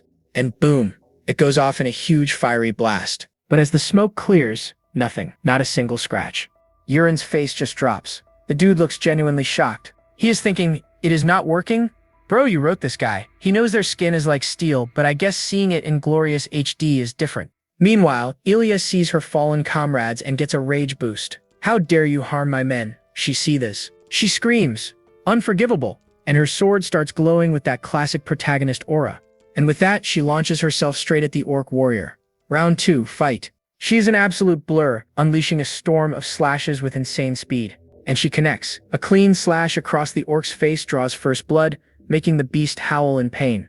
Karuta swings back, but Ilya is too quick. She is moving so fast she is leaving after images. Her soldiers and even Juranox are just watching in awe, cheering her on from the sidelines. Even Urin is impressed. He is thinking her Sword Empress's trait is totally overpowered for this early in the story. She is actually pushing the boss back. Her glowing sword is now actually cutting through that steel-like skin and even chipping his armor. The tide is turning. But oh no, pissing off the boss just activates his second phase. Karuta roars and a blood-red aura explodes from his body. Ilya is stunned, an orc using aura. Yep, this is not your average dungeon mob, my friend. Now supercharged, Karuta swings his blade and unleashes a massive wave of crimson energy. It slams right into Ilya, sending her flying backward through the air. And just like that, Ilya is defeated. Yurin just watches, knowing this was exactly how it was supposed to happen in his novel. Her knights rush over to her side, but it is clear she is seriously injured. So much for that power-up. She grits her teeth in frustration, admitting defeat. We cannot win. We have to run. But then Yurin steps up again. He just calmly pulls out a shiny golden dagger. It is his turn to play. He gives the beast a death glare and unleashes his move. Direct shot. But Karuta has got insane reflexes, swatting the dagger out of the air like it is a fly. Yurin does not even look surprised. This was all part of the plan, folks. Then, Karuta pauses. He looks down at his shoulder and... what is this? There is another dagger stuck in a crack in his armor. And before he can pull it out, kaboom! The dagger explodes and the orc screams in agony. A nasty black liquid starts dripping from the wound. Yep, that is poison all right. Yurin gets all smug. The first dagger was just a distraction. You were too busy blocking that one to see the real attack, weren't you? He keeps rubbing it in. Your skin might be steel, but you have got some weak spots, huh? Turns out his special abilities showed him a weak point in the cracked armor, like a video game weak spot. Okay, now Karuta is absolutely furious. He roars and charges straight at Yurin. But Yurin is on another level now, easily dodging the wild swing and flipping right over the orc's back. Very stylish. He even has time for another taunt. Where are you going? And boom, another dagger on the orc's back goes off. Yurin is just loving this. You mad, bro? I am not gonna just stand here and let you hit me. Suddenly, the orc's attention shifts and it's now on Jirinox. Hey, Yurin shouts. His smug face turns to pure panic. He screams no. Uh-oh, what's happening now? Karuta leaps high into the air, sword ready for the final blow on Jirinox. Oh shoot, he's gotta save his blacksmith. He dumps all his energy into his movement skill, small dragon step, and hits the boost button. And just like that, he's a flash of golden lightning, blurring across the battlefield faster than the eye can follow. Karuta's massive sword slams down, right into the empty ground. He missed completely as Yurin just zipped right past him. The impact creates a huge crater, but our boy is already long gone. Karuta looks around totally confused. Even Ilya is staring in absolute disbelief at the speed she just witnessed. And there he is. Yurin reappears, having snatched Jirinox out of harm's way in the blink of an eye. He faces Karuta and says, let's end this now. It's time to call out the big guns, his ego sword, Agnes. The weapon transforms into a blood flower butterfly, the highest grade hidden weapon of the legendary Sichuan Tang family. He unleashes it with a curved shot, sending the glowing butterfly fluttering right towards the orc warrior. Ilya is completely mesmerized. Ah, beautiful, she whispers. Girl, it's about to explode. Karuta just grunts, totally confused by this sparkly, harmless-looking attack. He swipes at the butterfly, but it quickly dodges. Then, it just gently lands right on his chest. How cute. Then it begins to glow with a blindingly intense light. Karuta lets out one final agonizing scream as it detonates. Kaboom. When the dust settles, the aftermath is devastating. Both Yurin and Ilya are completely stunned. Even Yurin can't believe it. He knew it was powerful, but he never expected it to punch a hole straight through the orc's chest. Seeing the massive warrior finally fall, the knights start to celebrate. He fell. We won. But Ilya snaps them right back to reality. Not yet. There are still a few small fries left. With newfound resolve, she rallies her troops to finish the job. Let's finish them. Jirinox thanks Yurin profusely for the save. And of course, Yurin has his smug little smirk back, satisfied with his first real battle. Later that night, Yurin goes to check on Ilya, asking if she's hurt. She admits she's not fine, but since he did save her life, she figures she can't really complain. Yurin brushes it off, then decides to finally answer a question she asked him earlier. I learned hidden weapons, not swords. Ilya is confused, asking if he just means daggers. He clarifies that both the exploding ball and the killer butterfly are considered hidden weapons. Ilya is just speechless, totally shocked that something besides a sword could be so powerful. Yurin hopes this experience broadens her perspective, especially since she's a bit of a sword snob. Just then, a knight reports the magic pouch is ready. Ilya says they need to take Karuta's head as proof. With a powerful swing, she decapitates the orc warrior. Brutal. She impales the massive head on her sword. One of the knights actually worries about getting the magic pouch dirty.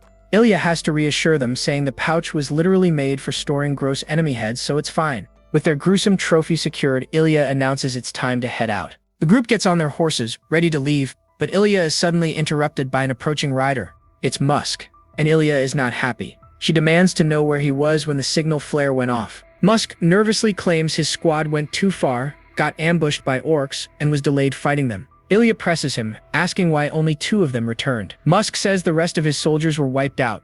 Her suspicion is through the roof now. She demands to see the corpses. Musk tries to stall, but she screams, "Guide me there right now." Looking defeated, Musk sighs and agrees to explain where they are. But it's a trap. He suddenly pulls a dagger and lunges straight at Ilya. Before he can even strike, 2 of Urin's daggers fly through the air, piercing his hand and wrist. Musk screams in agony and tumbles right off his horse. "Nice shot, Urin." Urin calmly calls him out. "Did you think I'd be fooled? You fought orcs, but there's no green orc blood on you, only red human blood." He accuses Musk of colluding with the orcs and leaking information. All Musk can say is, "How the heck did you know?" "Of course. My dude, he wrote this whole novel." Hearing the truth, Ilya draws her sword, her face grim.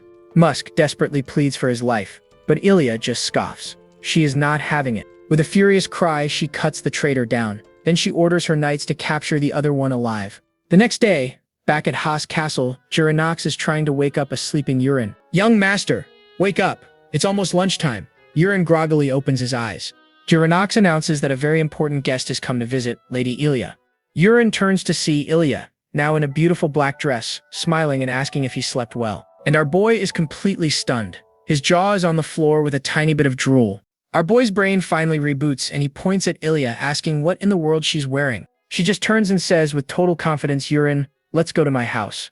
And all Urin can manage is a very confused, "What?" Ilya explains that her dad insisted she bring him over, no matter what. So is he coming or not?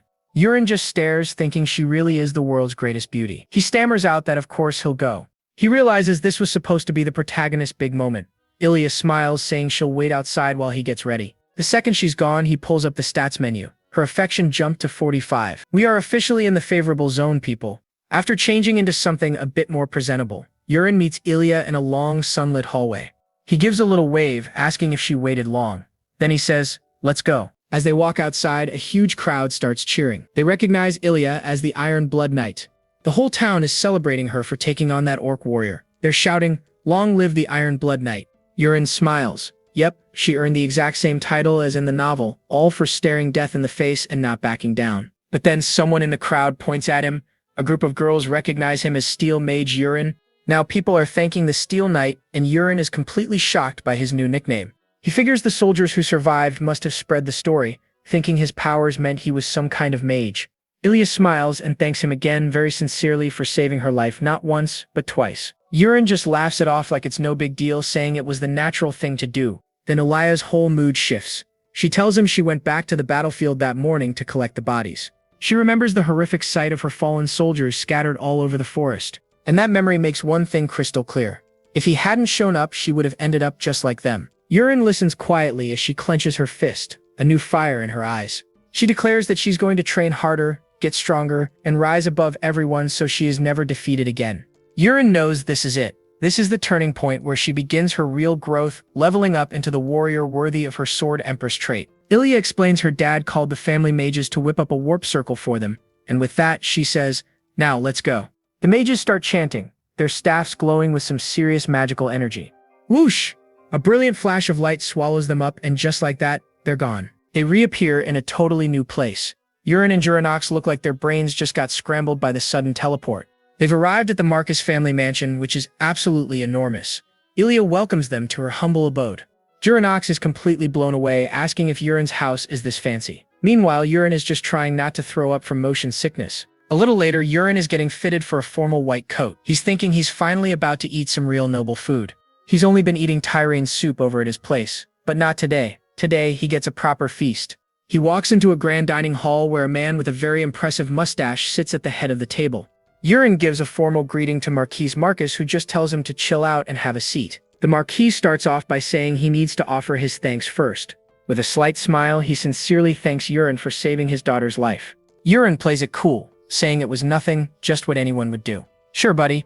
Just then the chef brings out the main course. Urin's eyes are practically sparkling with anticipation. The lid is lifted to reveal the Marcus family's special Tyrene soup. "You have got to be kidding me." The Marquise explains it's a family tradition, just like at Urin's home. Urin's face just falls into complete despair.